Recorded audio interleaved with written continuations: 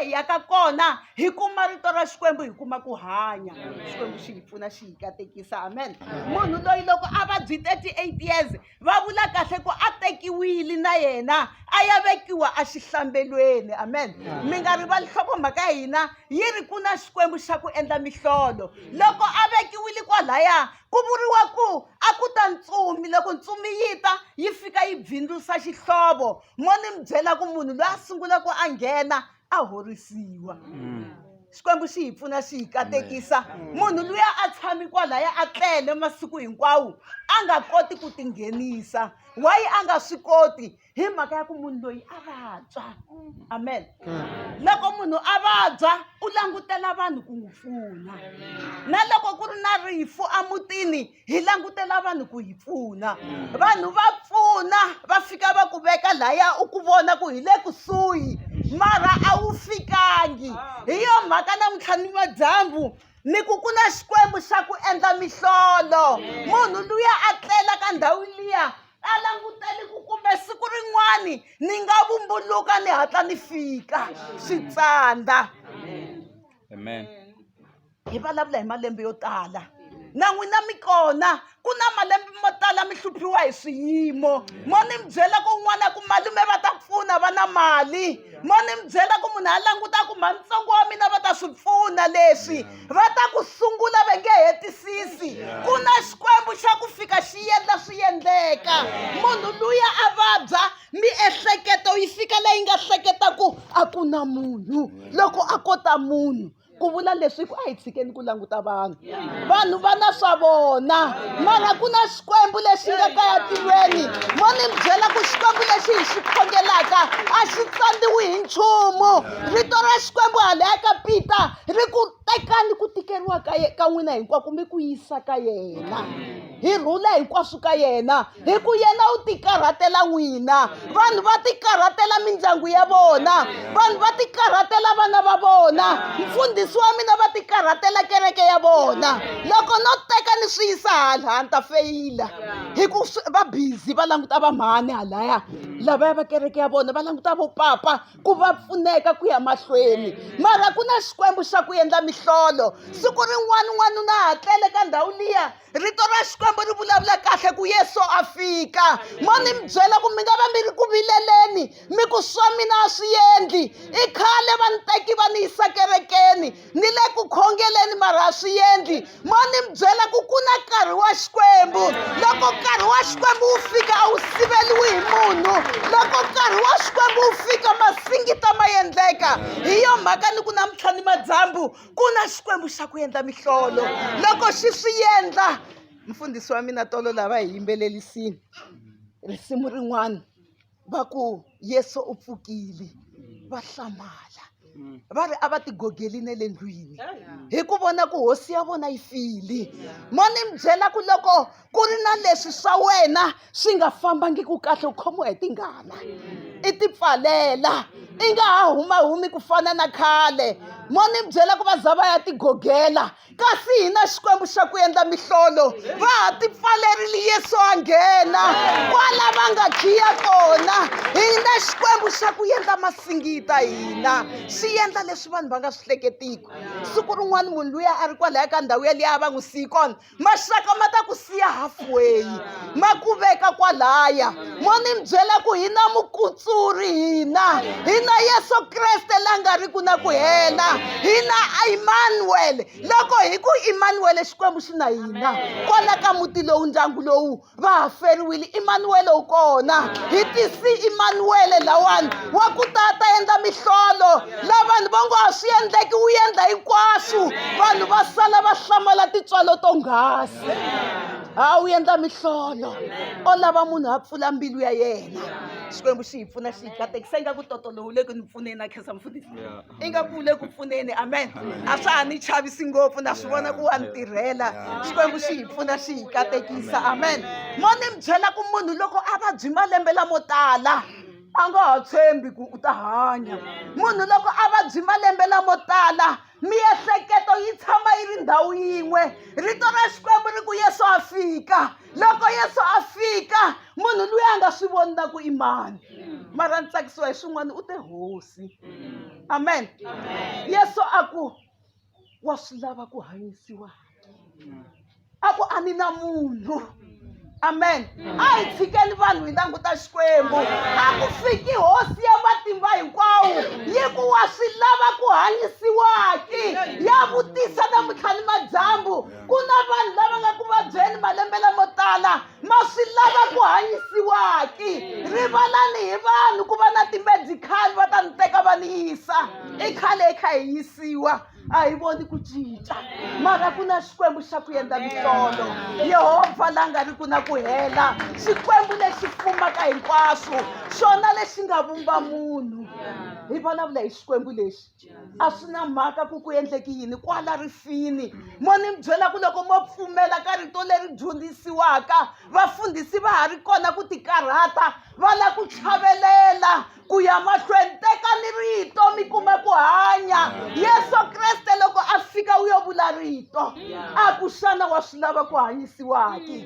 A ku mani na munhu ku ni nghenisa swo boha se swi ta leha. A ni na munhu ku ni nghenisa vuhlambelweni loko tsumi yi heta ku bvindzusa. I mani nga ta yimela ku munhu a hlamusela swilo swo leha hi ndlela leyi. Yesu Kreste a nga fani na munhu loko a ri munhu a to lan'wa. Yesu Kreste a ku ka yena pfuka u teka masangu ya wena u ti fambela. Hi na Xikwembu xa ku vula rito swi endleka. Hi na Xikwembu lexo tshembeka ku hindza ni mpimo. A ka xiyimo xexi mo ni mi byela ku a swi tiki ka Yesu. Loko swi tsandza vanhu a swi tsandzi Xikwembu. Loko va ri vanhu vo tsandzeka mara Yehovha wa hina eka Mark chapter 27. Amen. Mark chapter 37. Verse 27. Amen. Xikwembu xi hi pfuna xi hi katekisa. Yi vulavula ku Xikwembu a xi tsandziwi hi nchumu. Amen. Na Luka 1 verse 37 yi swi veka kahle ku Yehovha wa hina a nga tsandziwi hi nchumu. Va ri vanhu va eka nembasheki yini na ntlhani madyambu a hi tekeni mahlo ya hina hi languta tilweni. Mo ni mi byela ku hi fana na Davhida aka tiPsalm 121 yena u teka a tshaveni a swi vona ku ti ta ni ba hi mhaka ya ku a ti tshaveni va fana vo chela fole va ya gadelela kona. A ku yose ni teka mahlo ni languta tilweni ku pfuniwa ka mina ku tata ku huma kwihi. Ku pfuniwa ka mina ku tata ku huma ka Xikwembu xona lexi nga endla tilo ni misava. Amen. Hi khongela Xikwembu xo tshembeka. Xikwembu lexi nga ri ku na ku hela. Xikwembu lexi endlaka mihlolo. Xikwembu lexi koteke ku kutsula. Hi na mukutsuri n'wina. Loko hi hlaya rito ra Xikwembu ku ya mahlweni ya tiyisisa. Ne le ka Yeremiya 32 verse 27 ya tiyisisa ku ni Xikwembu xa nyama hinkwayo. Xana xi kona lexi nga ku tsandzakuki. Xi nga ni tsandzakaki mina Yehovha. Xi nga va kona u kota hinkwaswo. Amen. Hi khongela Xikwembu xo endla mihlolo. Xikwembu lexi loko munhu luya a ha fanele ku a ku na munhu xi n'wi byela ku teka masangu u ti fambela. Rito ra Xikwembu loko hi hlaya ku ya mahlweni ri vula ku a ku ri siku ra Sabata. Amen. Yesu Kreste loko a endla swilo a nga na mhaka ku na nawu wa njhani. Hi ku hi yena n'winyi wa milawu. U le henhla ka swilo hinkwaswo. A hi tekeni ku tshemba ka hina hi ku veka ka Yesu. Hi ku Yesu leyi hi xona Xikwembu i mukutsuri wa hina. Amen. U yo hi kutsula lomu a hi ri kona. Hi kutsuriwile. Vakhalenyana va kona la vakheguli na vakhalabye. Van'wana va yimisi mavoko lava nga khalabye na lava nga kheguli. Amen. Ni vona vakhalabye va mune. Letin'wana i tintombi. Loko ni vulavula hi ku kutsula hi vona va swi twisisaka kahle. Amen. Khale a va ku xuma xa kutsuriwa. A mi nge swi tivi n'wina vanhwanyana. Amen. A va ku xuma xa kutsuriwa. A ku tika ngopfu ku ya kutsula xuma. Lexiya xi nga dyiwa yi tlhela xi vuyiseliwa ndzhaku. That's why va ku kutsula i ku teka swi kha swi tika. Loko muxe a rhumiwe hi Xikwembu xi ku famba eGibta u ya kutsula tiko ra mina siku mi ni twile ku konya ka vona va ri eGibta ni vonile ku xaniseka ka vona se ni yo rhelela ku ta va tshunxa famba va kutsula amen a xi swi vona ku swa tika a va nga ha tekeki hi ku olova hi ku Faro a tiva ku i vanhu lava n'wi tirhelaka a swi nga olovi ku va landza a vo fane va ya kutsuliwa ku aliwa na vona Xikwembu xi endla masingita swi za swi endleka Yesu loyi hi vulavulaka hi yena i mukutsuri hi xaviwile hi ngati ya yena a hi ri vo mani namuntlha mara Yesu Kreste a hi xava hi fela xihambanweni mo ni mi byela ku ngati ya nkoka yi halaka ku basisa misava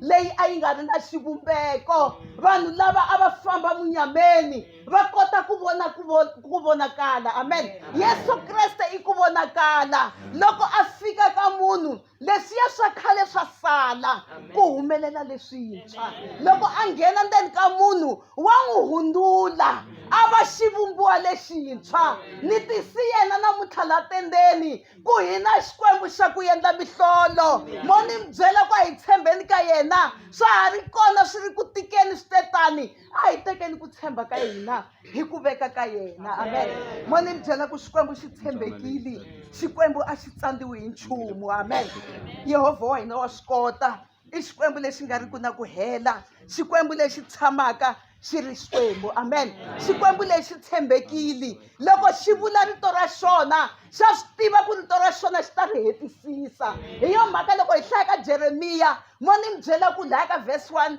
chapter 1 verse 12 yi ri Yehovha u hi tekela rito ra yena leswaku ri hetiseka ku vula leswi ku ri ta hetiseka le ka siku ra namuntlha vhese leya ni yi vula laha ni nga yi bayiza ngopfu vanhu va chavisa loko va tele a ni vulavula hi Mark chapter 10 verse 27 ni kuma vanhu hinkwavo va ni langutile Xikwembu xi hi pfuna xi hi katekisa amen hi vulavula hi Xikwembu lexo endla mihlolo Yehovha Xikwembu xa hina lexo tshembeka loko a xi hlawula xi ta ku lavanhu va hlawuli lava a hi ta va hi nga hlawuliwangi a ku ta va ku ri na leswi nga vuliwa u nga va hlawuli lava hi mhaka ya leswi na leswi mara hi khensa ku Xikwembu lexi a xi hlawuli munhu a xi yi nghohe i Xikwembu xa ku kamba timbilu loko xi kuma mbilu ya wena yi tshamisekile xa nghena ndzeni ka wena xi ku tirhisa a swi na mhaka ku a wu na yini mara Xikwembu lexi xo lava mbilu ya ku pfuleka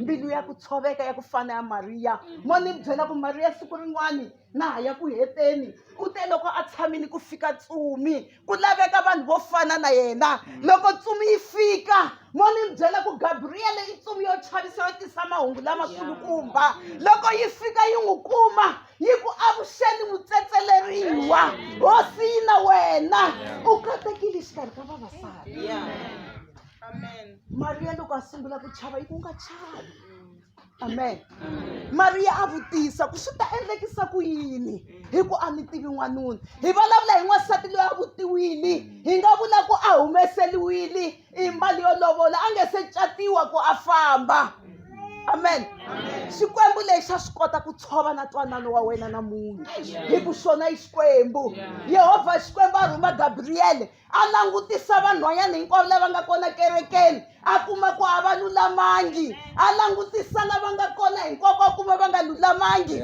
loko a langutisa loyi a nga faneriwa a kuma ku se u vutiwile hi vulavula hi Xikwembu xa ku endla mihlolo xi swi endla ka Mariya xi ku na ku vutiwa ka yena loyi ni nga ta n'wi endla ku a bebula n'wana loyi wa masingita loyi namuntlha hi vulavulaka hi yena a bebula Yesu Kreste a nga tivangi n'wanuna ku vula leswi ku a swi yimeli vahahani laha Xikwembu xi endla mihlolo laha ku nga ri na nchumu swi va kona n'wana a bebuliwa hi Mariya ni mi byela swin'wana mi nga dumisi rito ra Xikwembu ri vula ku Josefa yi hleketa ku n'wi tshika xihundleni tanihiloko se u ri muyimani swi ya swi kha swi vonaka loko swa ha sungula u nga swi kota nyana ku mara loko se swi ya tin'hweti a swa ha tumbeteki Josefa ku hayi mina leswi ni nge swi yimeli Amen. Xikwembu lexi xi onha tlhe xi lunghisa hi xoxe. Mo ni mi byela ku sweswi swa n'wina swi vonaka ku ingaku swi nge he endli. Yehovha Xikwembu u lava ku mi tiyisela, u lava ku mi yima mi n'wi themba ku hambiloko swi vonaka swi onhekile u ta swi endla swi endleka. Loko nkarhi wu fika u ta swi endla swi tshamiseka. Loko swi nga tshamiseka u se fika mi nga kayakayi. A tlhaya hi yexo Jehovha. Amen. A rhuma ntsumi ya yena yi ya ka Josefa yi ku nga chavi ku ti tekela Mariya a vasati wa wena. Beleni Xikwembu lexi mavoko. Amen. Hi vulavula hi Xikwembu xo kota ku tshova tlhe xi lulamisa hi xoxe. Xo lava munhu loyi mbilu ya yena yi pfumelaka ku petsiwa yi ta tlhe yi yimisiwa. Loko ho languta ko tala vanhu lava va tirhisiwaka hi Xikwembu lexi hi lava sungulaka va nghena emakhombyeni. Loko ho ya languta Josefa mo ni byela ku va makwavo wa yena va n'wi xavisa va n'wi hoxa ne le kheleni. Loko a fika le a xaviseliwi kona le Egypta le mo ni byela ku ti n'wi vuyela yisiwa ne le khotsweni. Mara Xikwembu xi ri karhi xi n'wi aka a xi lava ku n'wi dyondzisa ku tiyisela, ku tiva maxangu na ku tiva leswa kahle. Endzhaku a huma a ya va prime minister ye le Egypt. Amen. U tivile xa swo biha a ku heteleleni a tiva leswinene. Mo ni byela ku Mariya a nyikiwa n'wana a nga tiyimiselangi. Ingaku na swi vona loko a kha a famba na mhana yena va ku kasi swi endlisa ku yini we Mariya. Mariya yi nga ha tivi ku yi ta hlamusela yini. Loko swi vava hi yimiseni mavoko ni pfumela ku a yimise mavoko a ku we Yehovha hi wena u swi tivaka hinkwaswo. Mo ni byela ku Nkosi wa ha ri kona a hi yimiseni mavoko hi yimisela tilo. Tilo ra swi kota ku hlamula, tilo ra swi kota ku endla leswi vanhu va nga swi kotiki. Tilo ri endla swo hindza swa vanhu. Hi yo mhaka ni ku hi khongela Xikwembu xa ku endla mihlolo swi nga yi endla ka munhu un'wana na un'wana la pfumelaka. Swa Xikwembu swi xaviwa hi ripfumelo, ku pfumela ku Yesu wa swi kota. Mo ni byela ku swa endleka, ku pfumela ku lo mina n'wi khongelaka a nga tsandziwi hi nchumu. Mo ni byela ku swa endleka. Xikwembu lexi endla mihlolo. Amen. Xa swi kota. Xi boxa lwandle. Va-Israyele va hindza hi kona. Lavaya va nga kutsuliwa va hindza ku omile. Te le Egypta ti ku ta landzelela. Loko u tiva Xikwembu u hindza vanhu va tsandzeka ku hindza. Kwalaya va nga ha ku hindzeki ku na swigevenga we wa hindza un'wana a dlayiwa ri ndzhaka wena. Hi ku a wu fambi wu ri wexe u na Xikwembu xa ku endla mihlolo. Mo ni byela ku hi na Xikwembu xa ku fa xi pfuka. I xitotolo wa hlupha mani. Amen. Xikwembu lexi xa chavisa. Ha hindza lovo nge hi nge hindi. Va riya hina hi hindza. Va ku swi endlisi ku na Xikwembu xa ku endla mihlolo. Loko va ku va swi kotile hina ha pfuka. Van'wani va riya va ku munduku a nge pfuki loyi. Amen. Ivi u tlelanyana ku ba manayini u nge se humela handle va ku hi swi kotile. Loko va ku vona va twa ku vava. Na Sathana u twi ku vava loko Yesu Kreste a pfuka sirheni. Mo ni byela ku hi vulavula hi misava leyi nga tsandzeka ku pfalela n'wana wa munhu hi ku i n'wana wa mihlolo. I Xikwembu Kreste.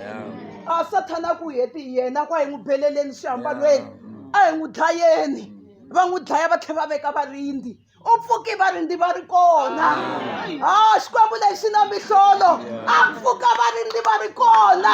Va sala va ri ti-statue va chava no ninginika. Va lavaya va vuriwa ku va rindza ngopfu. Hi vulavula hi Xikwembu xa mihlolo. Amen. So mi yi ninginikisa misava. Swa matimba swi endleka. Misava leyi a yi swi koti ku rhwala swa matimba. Amen. Swi kotiwa hi tilo. A hi tshembeni Xikwembu lexi. Xikwembu xa ku swi kota. Xa ku endla swilo swi endleka. Loko papa va ni yimisa va ku mi nge ti soli. Swi ni chavisa nyana.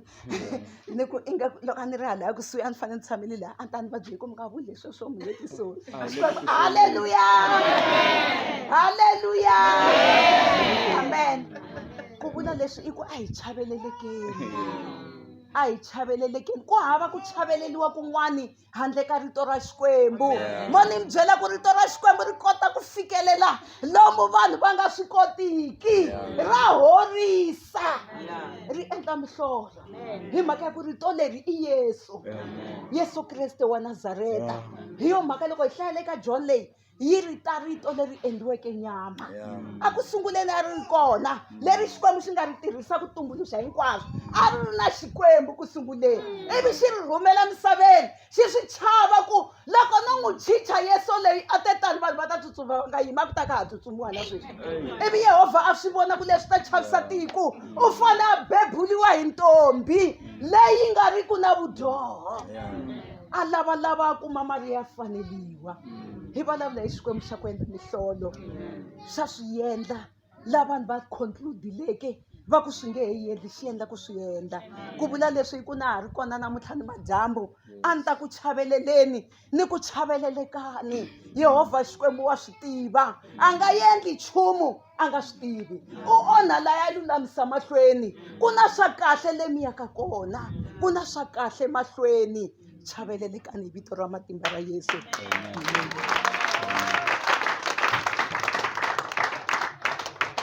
A hi beleni Xikwembu xa hina mavoko.